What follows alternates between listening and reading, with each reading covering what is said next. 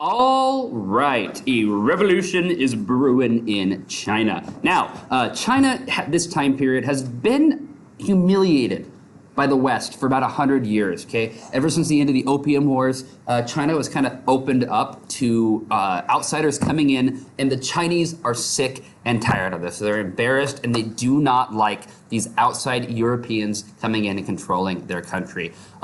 It's gonna lead down to a real conflict going on between the nationalists, who are the current government at the time period, versus the communists, okay? These people led by leader Mao Zedong, who we can see right over here. Now, we also have to talk about the Shanghai Massacre, and it's gonna happen in the 1920s. So what's gonna happen here is the nationalist government, in the name of purification and trying to purify China, is going to massacre communists. Okay, so anyone who is communist, they're simply going to go. If they know you're a communist, they are going to kill you. Now, this is going to anger a lot of the communists and really kind of brew this revolutionary fervor. However, they're not going to really be able to do anything because the Japanese are going to come in briefly after this and control Manchuria, okay, in 1938 with the rape of Nanking. We talk about that in World War II unit. But the revolution in China is going to really kind of have some of that things right through here. The Chinese communists remember this, and they are very upset, and they do not forget. Mao Zedong, as a leader of the Chinese Communist Party, we can see right here his picture, and he is going to drive the peasants into a revolutionary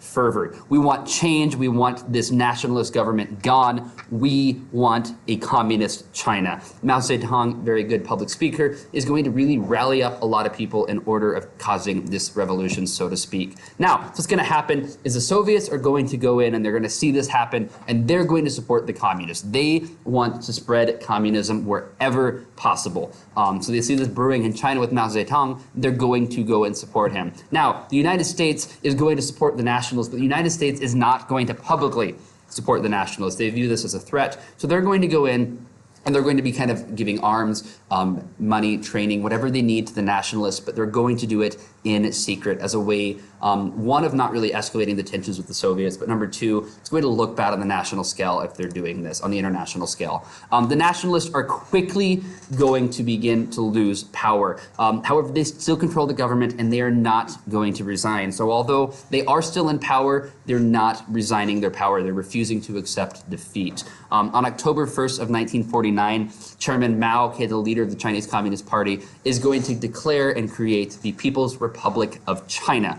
This is going to be the current system of government we have in China up until today. It is not a republic, however, it is called a republic. The nationalists are going to be forced to retreat to the island of Taiwan. Now, Taiwan was originally part of mainland China, and today it is considered, depending on who you ask, its own separate country.